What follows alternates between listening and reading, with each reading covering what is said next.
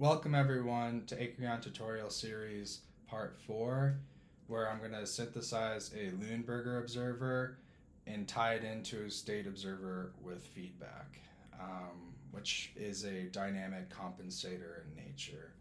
So what we stepped through before was closing the loop on this Cartpole using feasibility, LMI, state feedback, and the LMIs essentially were pretty just rooted in Lyapunov stability criterion. So we have nominal closed loop stability as shown by our negative left half plane pole plate or poles, not pole placement, just poles. Right now it's just synthesizing a gain that's satisfactory for our LMI problem. Um, and so this assumes though that all of the states are, we have like sensing and it's 1-to-1, so the y would just be directly mapped to an x, or the z variable in this instance. And hardly this is ever real in practice, whether there's like sensor noise or in this instance we're plucking out sensing on the cart position and the pole angle, so x and theta. So our C is this short and fat matrix.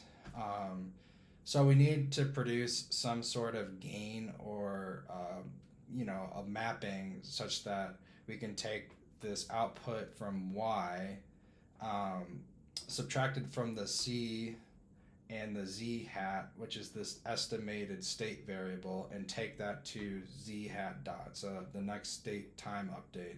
So this Luenberger observer mapping is what we need to synthesize now. Like for the K, that's what we did for the closed loop feedback for the U nominal control law. This is for capturing our aerodynamics and minimizing the E that gets propagated through the system. And the E in this instance is the difference between the states, that's nominal or real, the Z, minus our estimated state Z hat.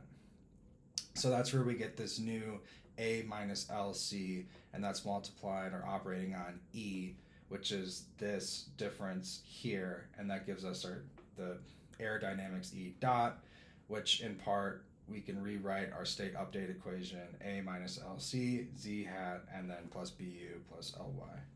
So that's essentially what's going on here.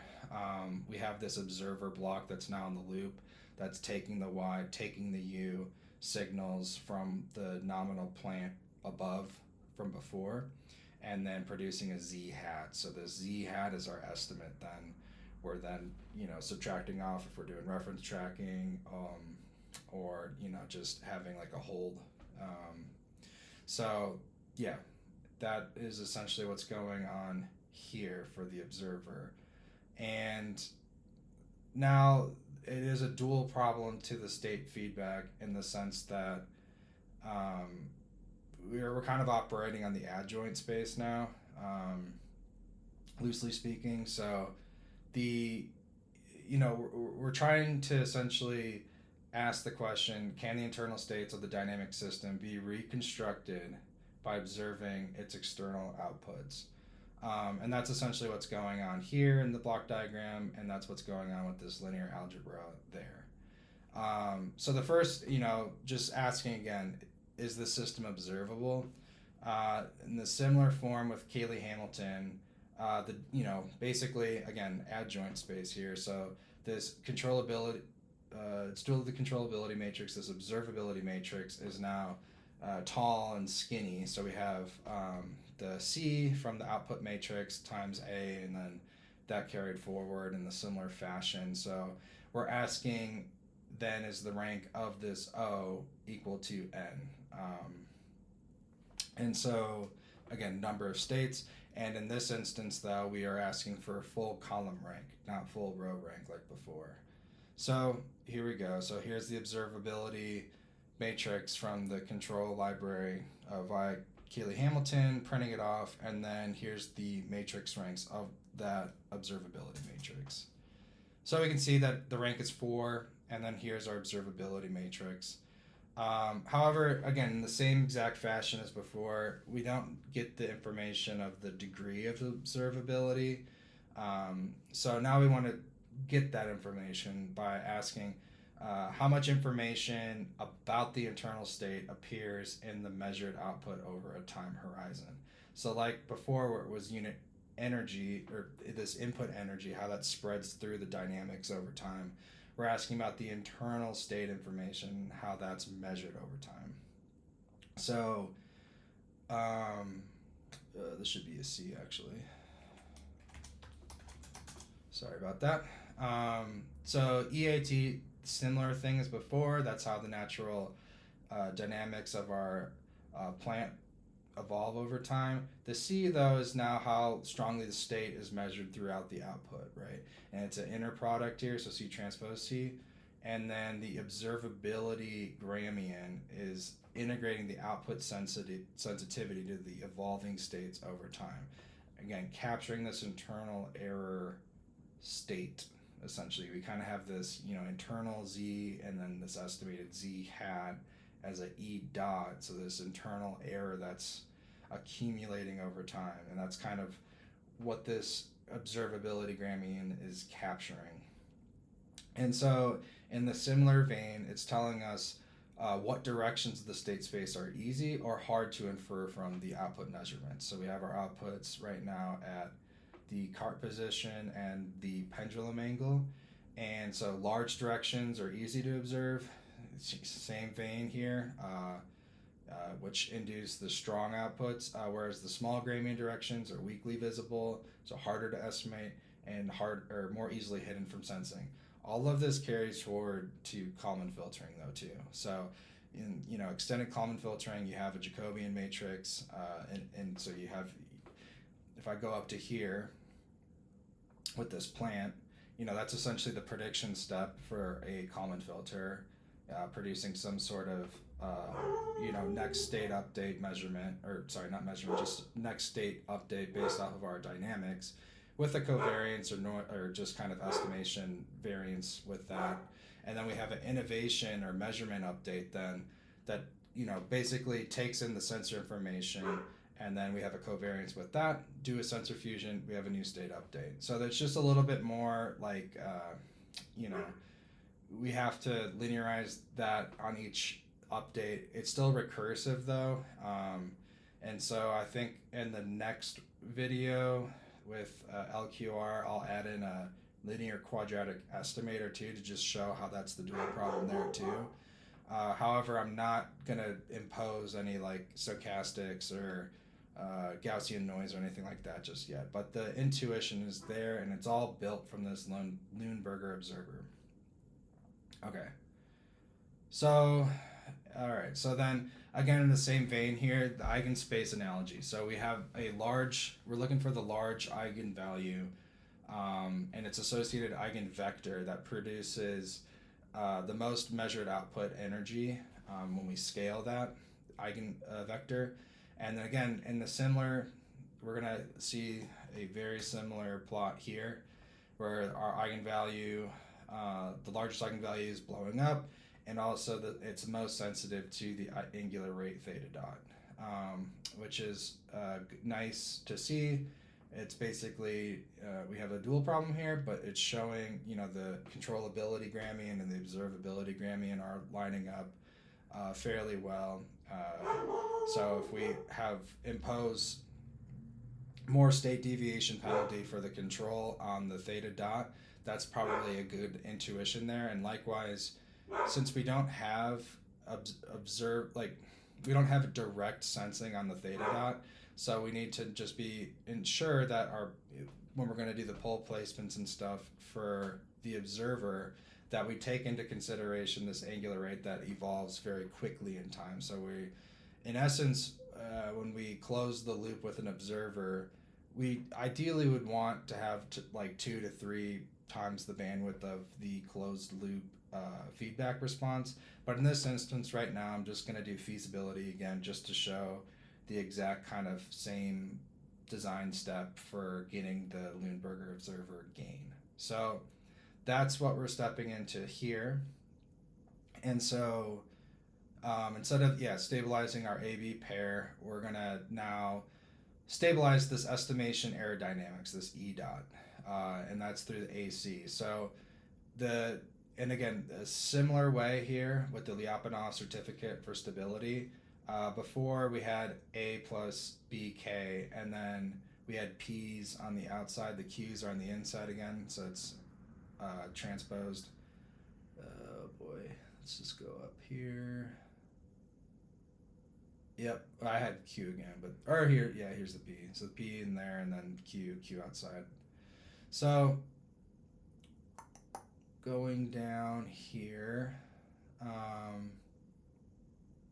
so we have the Q's here. So I just skipped a step, and that's our first LMI, and we still have the same Q being a positive definite constraint as well. It's bilinear with Q and L, and so we do the change of variables here. And then we get this observer synthesis LMI that is convex now. And to back out from our merged decision vector space, we can get our Luenberger observer gain L like this. And so similar call here for solve state observer with A and C in the config that was created above, and we can get the Luenberger observer here. And here's just printing off the diagnostics. Again, pretty good solution. A little slower, but still on the order of teens, which is great. Yeah, so then we can, and exactly, this is the reconstruction. So before, our Kalman gain was a vector, row vector, right? Yeah, so here, because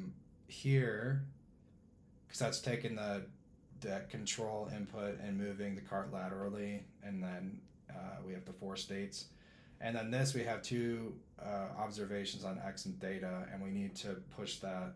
Well, we need L to operate on the aerodynamics here and put it into our z hat dot update for the next state. So it's this 4x2 matrix.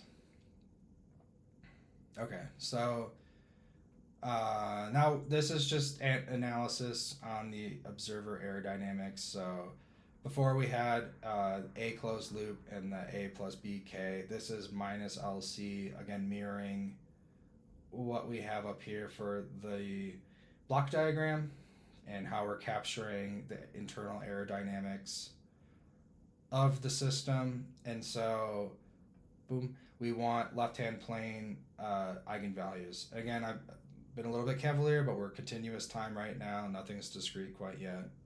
So these eigenvalues strictly left-hand plane, the real parts. Imaginary parts, as we can see, I don't want to keep scrolling up, but in the closed loop state feedback synthesis, we did have some oscillatory, like imaginary parts, which will induce some oscillations, which may not be ideal. And then like with this, we can see the magnitude here being a little bit more oscillatory, a little closer to 0. And like I said, with that bandwidth, we're not really pushing the eigenvalues further to the left where we want higher insight, like that Nyquist criterion, where we really want to have more observation onto our states before we tie that feedback closed loop. But at this moment, it's okay. Just because it's just feasibility and we're just stepping through it more in an educational frame. So this last part here I think is interesting, because this is really where we have an observer now, we have a control gain, so we have an L and a K.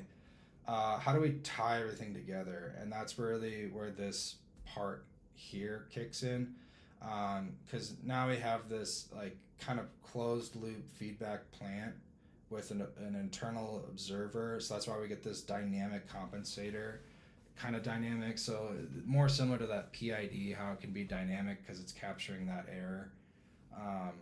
And so our new state update's really this A plus BK minus LC Z hat plus LY. And then our control law is U is equal to K. This should be Z hat. Z hat. Man, fat fingering things. So the state space realization is this block matrix. So we have upper left here, A plus BK minus LC, L, K, and then we have no feed through. So yeah, so really when we're gonna step later at the end, when I'm gonna like simulate the gymnasium and step through all of these controllers, I'm gonna actually assume this form, I think, for all of them. So like for this instance, we have just the feasibility, state feedback, state observer tied into this dynamic compensator controller, K obs, so observation, feedback. Um, and it produces a U. So the U is what then is then going to be used for gymnasium, and discretize or quantized to the bang bang control. Um, but then for optimal control, I'll do the same thing with LQR and LQE, and then for H2, I'll do the same thing, probably for state feed or for its state feedback, and then its observer. So framing it like this. Now, just note though the H2 though takes into consideration the disturbance channels, but I don't want to put the cart before the horse quite yet. So, anyways, here's our observer controller. Just print it out, A, B, C, D, and that is a good stopping point. Thanks for watching.